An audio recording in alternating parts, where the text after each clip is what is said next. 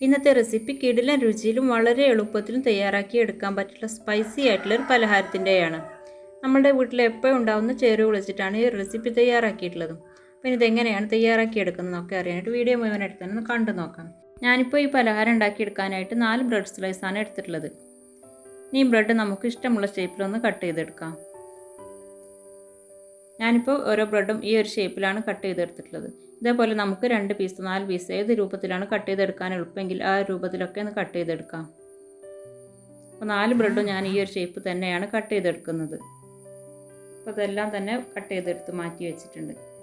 ഇനി ഒരു ബൗളെടുത്ത് ഇതിലേക്ക് നമുക്ക് 2 കോഴിമുട്ട പൊട്ടിച്ച് വയ്ക്കാം.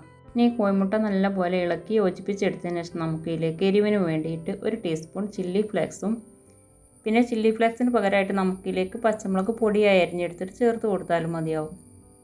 പിന്നെ ഒരു 2-3 ടേബിൾ സ്പൂൺ നിറയെ തന്നെ മല്ലിയില ചെറുതായിട്ട് അരിഞ്ഞെടുത്തതും പിന്നെ ഇതിലേക്ക് ആവശ്യമായിട്ടുള്ള ഉപ്പും കൂടി ചേർത്ത് നല്ലപോലെ ഒന്ന് മിക്സ് ചെയ്തെടുക്കാം. ഇപ്പോൾ നമ്മൾ മിക്സാക്കി എടുക്കുന്ന സമയത്ത് ഉപ്പും എരിവൊക്കെ ഒന്ന് മുന്നിട്ട് നിൽക്കുക തന്നെ വേണം. അപ്പോഴായിരിക്കും ഈ ഒരു പലഹാരം ഉണ്ടാക്കിയെടുക്കുമ്പോൾ കഴിക്കാനായിട്ട് കൂടുതൽ ടേസ്റ്റ് ഉണ്ടാവും. അപ്പോൾ നല്ലപോലെ തന്നെ മിക്സാക്കി എടുത്തതിന് ശേഷം നമുക്കിതൊന്ന് മാറ്റി വെക്കാം. ഇനി ഇതിലേക്ക് വേണ്ടത് ബ്രെഡ് ക്രംസ് ആണ്. അപ്പോൾ അതിനായിട്ട് ഒരു 6 ബ്രെഡ് ഒന്ന് പൊടിച്ചെടുത്ത് മാറ്റി വെച്ചിട്ടുണ്ട്. അടുത്തതായിട്ട് നമ്മളിതിലേക്ക് നല്ലൊരു ടേസ്റ്റിന് വേണ്ടിയിട്ട് ചേർത്ത് കൊടുക്കുന്നത് കടല ഒന്ന് ക്രഷ് ചെയ്തെടുത്താണ്, അതായത് കപ്പലണ്ടി എന്നൊക്കെ പറയും. അപ്പോൾ ഈ കടല നമുക്ക് മിക്സിയുടെ ചെറിയ ജാറിലേക്ക് ഇട്ട് നല്ലപോലെ ഒന്ന് ക്രഷ് ചെയ്തെടുക്കും. കൂടുതലായിട്ട് പൊടിഞ്ഞു പോയത് നമ്മൾ ജസ്റ്റ് ഒന്ന് ക്രഷ് ചെയ്തിട്ട് എടുത്താൽ മതി. ഒരു 1/4 കപ്പിലും കൂടുതലായിട്ട് തന്നെ ചേർത്ത് കൊടുക്കുന്നുണ്ട്. ഇതും കൂടെ നമുക്ക് ബ്രെഡ് ക്രംസിലേക്ക് ചേർത്ത് നല്ലപോലെ ഒന്ന് മിക്സ് ചെയ്തെടുക്കാം. ക്രഷ് ചെയ്തെടുത്തുള്ള കടല ചേർത്ത് നമ്മൾ ഈ ഒരു പലഹാരം ഉണ്ടാക്കിയെടുക്കുമ്പോൾ കഴിക്കാനായിട്ട് പ്രത്യേക രുചി തന്നെയാണ് കേട്ടോ. പിന്നെ ഇതെല്ലാം നല്ലപോലെ ഒന്ന് മിക്സാക്കി എടുത്തതിന് ശേഷം നമ്മൾ നേരത്തെ കട്ട് ചെയ്ത് വെച്ചിട്ടുണ്ടായിരുന്ന ബ്രെഡ് നമ്മൾ ഉണ്ടാക്കി വെച്ചിട്ടുള്ള ബാറ്ററിലൊന്ന് നല്ലപോലെ മുക്കിയെടുത്തതിന് ശേഷം നമുക്ക് ബ്രെഡ് ക്രംസിൽ നല്ലപോലെ ഒന്ന് കോട്ട് ചെയ്തെടുക്കാം.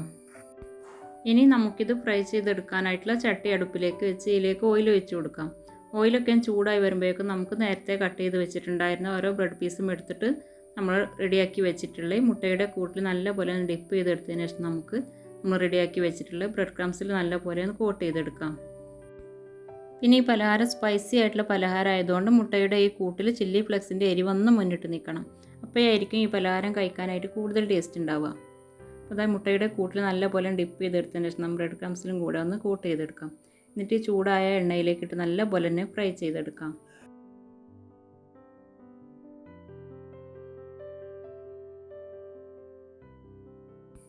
ഈ ഒരു പലഹാരത്തിൻ്റെ ഒരു ഭാഗം നല്ലപോലെ കളറൊക്കെ ചേഞ്ചായി ഫ്രൈ ആയിട്ട് കിട്ടിയാൽ നമുക്ക് തിരിച്ചിട്ട് കൊടുത്തിട്ട് ഈ ഒരു ഭാഗവും തന്നെ ഫ്രൈ ചെയ്തെടുക്കാം. ഇതേപോലെ നമുക്ക് ബാക്കിയുള്ളതെല്ലാം തന്നെ ഫ്രൈ ചെയ്തെടുക്കാം.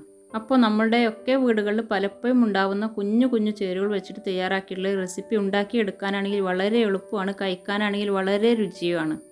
അപ്പോൾ എന്തായാലും ഈ കുഞ്ഞു ചേരുവകൾ വെച്ചിട്ട് തയ്യാറാക്കിയിട്ടുള്ള ഈ റെസിപ്പി എന്തായാലും ട്രൈ ചെയ്ത് നോക്കുക. എന്നിട്ട് നിങ്ങളുടെ അഭിപ്രായങ്ങളൊക്കെ ഒന്ന് കമൻറ്റായിട്ട് അറിയിക്കുകയും ചെയ്യാം. പിന്നെ ഈ ഒരു പലഹാരം ഫ്രൈ ആക്കി എടുക്കാനും നമുക്ക് കൂടുതൽ ടൈമിൻ്റെ ഒന്നും ആവശ്യമില്ല. 2-3 മിനിറ്റ് കൊണ്ട് തന്നെ ലോ ഫ്ലെയിമിലേക്ക് വെച്ചിട്ട് ഫ്രൈ ആക്കി എടുക്കുമ്പോഴേക്കും നല്ലപോലെ തന്നെ ഫ്രൈ ആയിട്ട് കിട്ടും.